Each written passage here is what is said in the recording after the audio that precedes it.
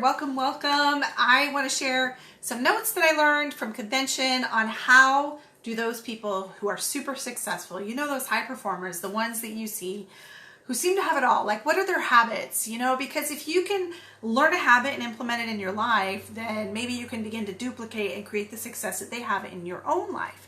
And so this year at convention, we had so many great speakers, and I just want to pass on some notes I took. And maybe these habits and these tips might help you. I'm definitely going to be trying to implement these myself. So this is by Brendon Burchard, and he has a book that he's written. What's it called? I don't know. Anyways, we'll get to it.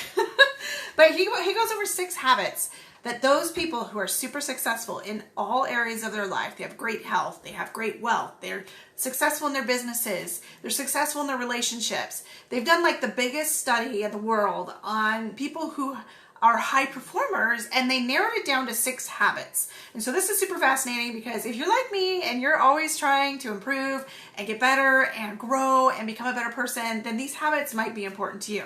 So let's get right to it.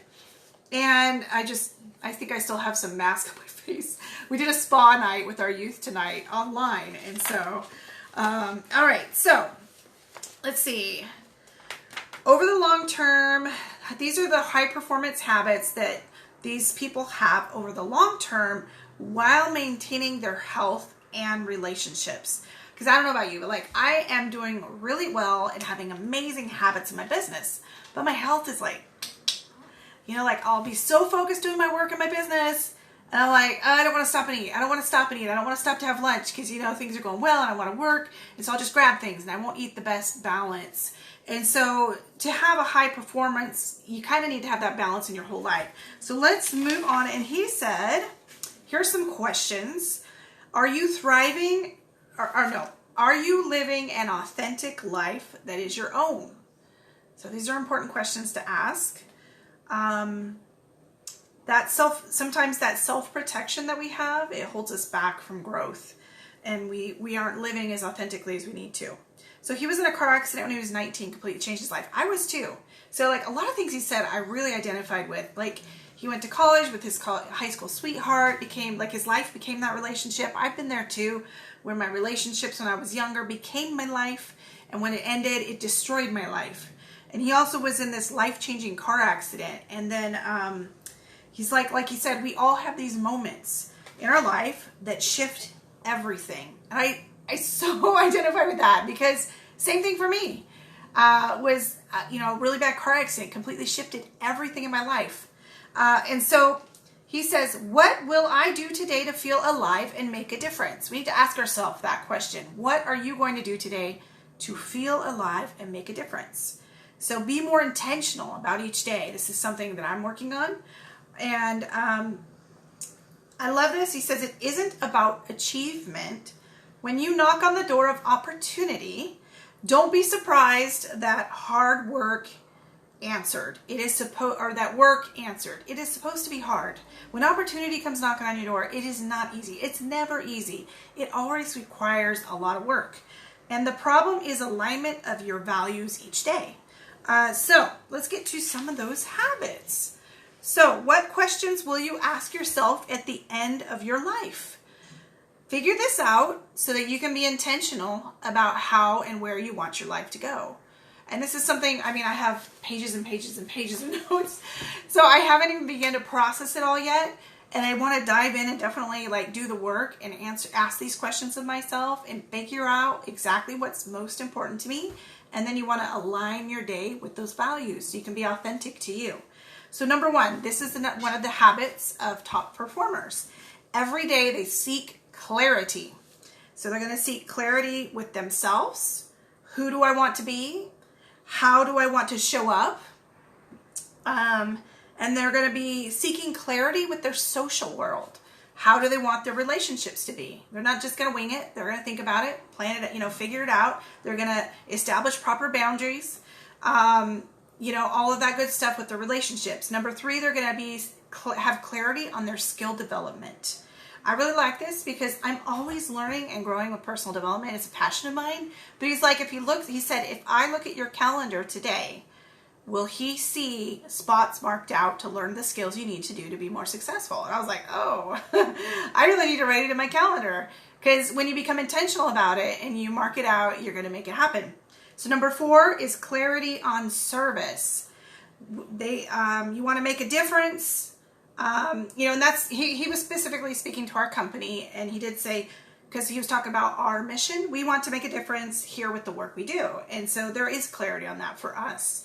But definitely you want to have clarity on that. So number 2, habit number 2, you got to generate energy. Consciously willing it forth to be healthy in mind, body, and spirit. This is another thing I need to work on. I'm working a lot on my mind, but I need to work on my body, and how do you generate energy? You have to exercise. You got to eat right, so that you have the energy that you need so you can go out there and crush your day.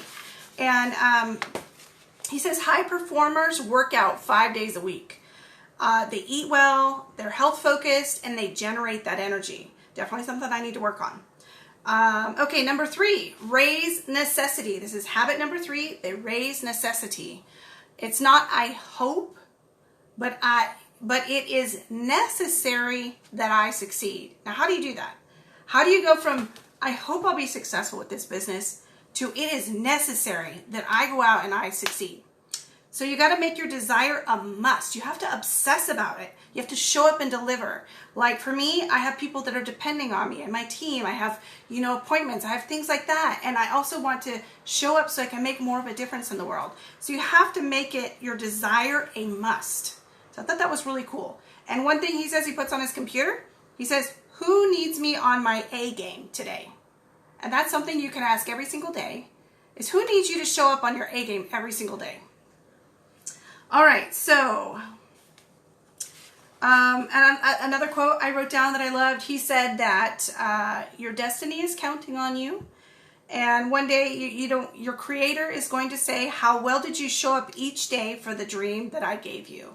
And so whatever you have those feelings in your heart, those are the dreams that were put there by your creator, by God, whatever you believe in. And your destiny is counting on you to show up and to make those dreams a reality.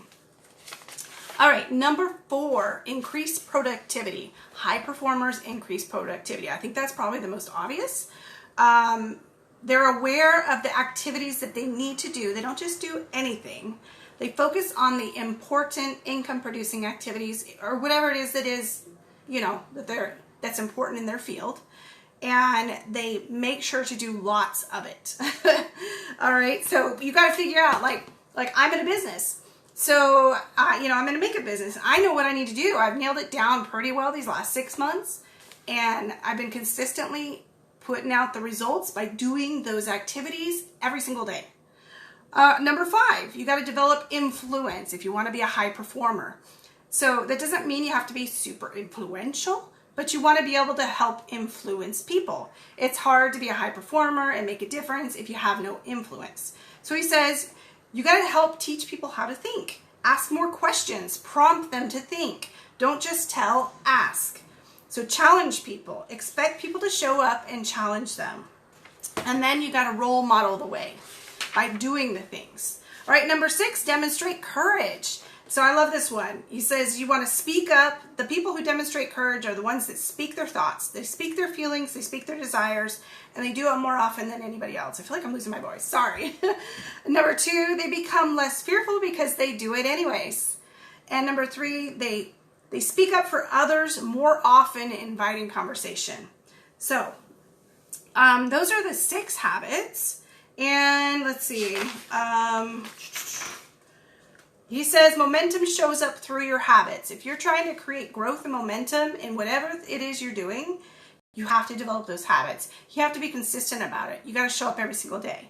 And no one's permission or approval is required for you to show up every single day. So let's do a quick recap of the 6 habits.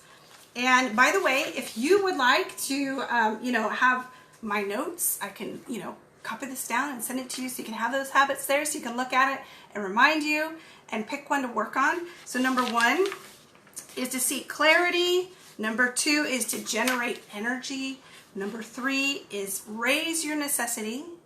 Number 4 is increase productivity. Number 5 is develop influence. And number 6 is demonstrate courage. So I hope that was helpful. I really loved it. It was such a great talk. And I was so grateful to be able to hear from him. Again, if you would love to have those 6 habits in a note form, just shoot me a message. I'll send that over to you. Okay?